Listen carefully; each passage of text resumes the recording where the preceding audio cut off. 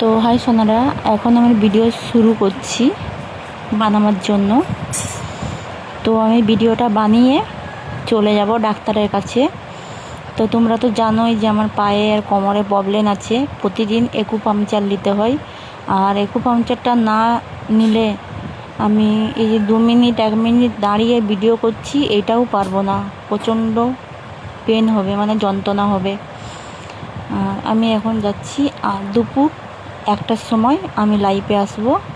তো তোমরা সবাই জয়েন্ট হবে, যেহেতু দুপুর 1টার সময় খাবার টাইমটা তোমরা ফ্রি পাবে।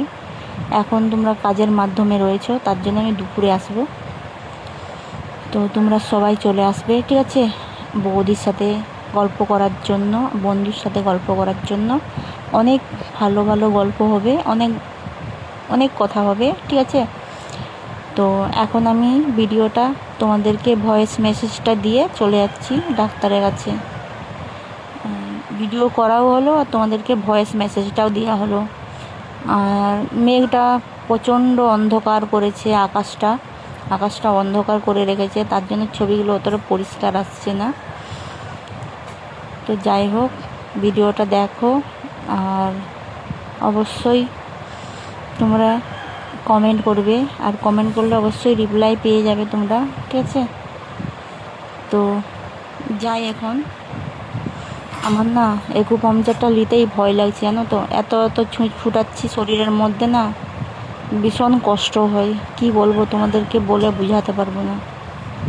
তোমরা ভগবানের কাছে প্রার্থনা করো যেমন বৌদিটা তাড়াতাড়ি সুস্থ হয়ে যায়। সুস্থ হতে পারছি না, এই হাঁটাচলা করছি, ব্যায়াম করছি সকালে উঠে। আর ডাক্তার তো এখানে সেখানে চারোদিকে ডাক্তার দেখিয়ে যাচ্ছি। আর একুপাংচারটা নিলে যখন নার্ভগুলো আসলে রক্ত চলাচলি বন্ধ হয়ে যায়, সেগুলো চালু হয়, তখন ভালো লাগে একটু। মানে ভালো লাগে বলতে, ছুঁচগুলো ফুটায় যখন অনেক কষ্ট হয়।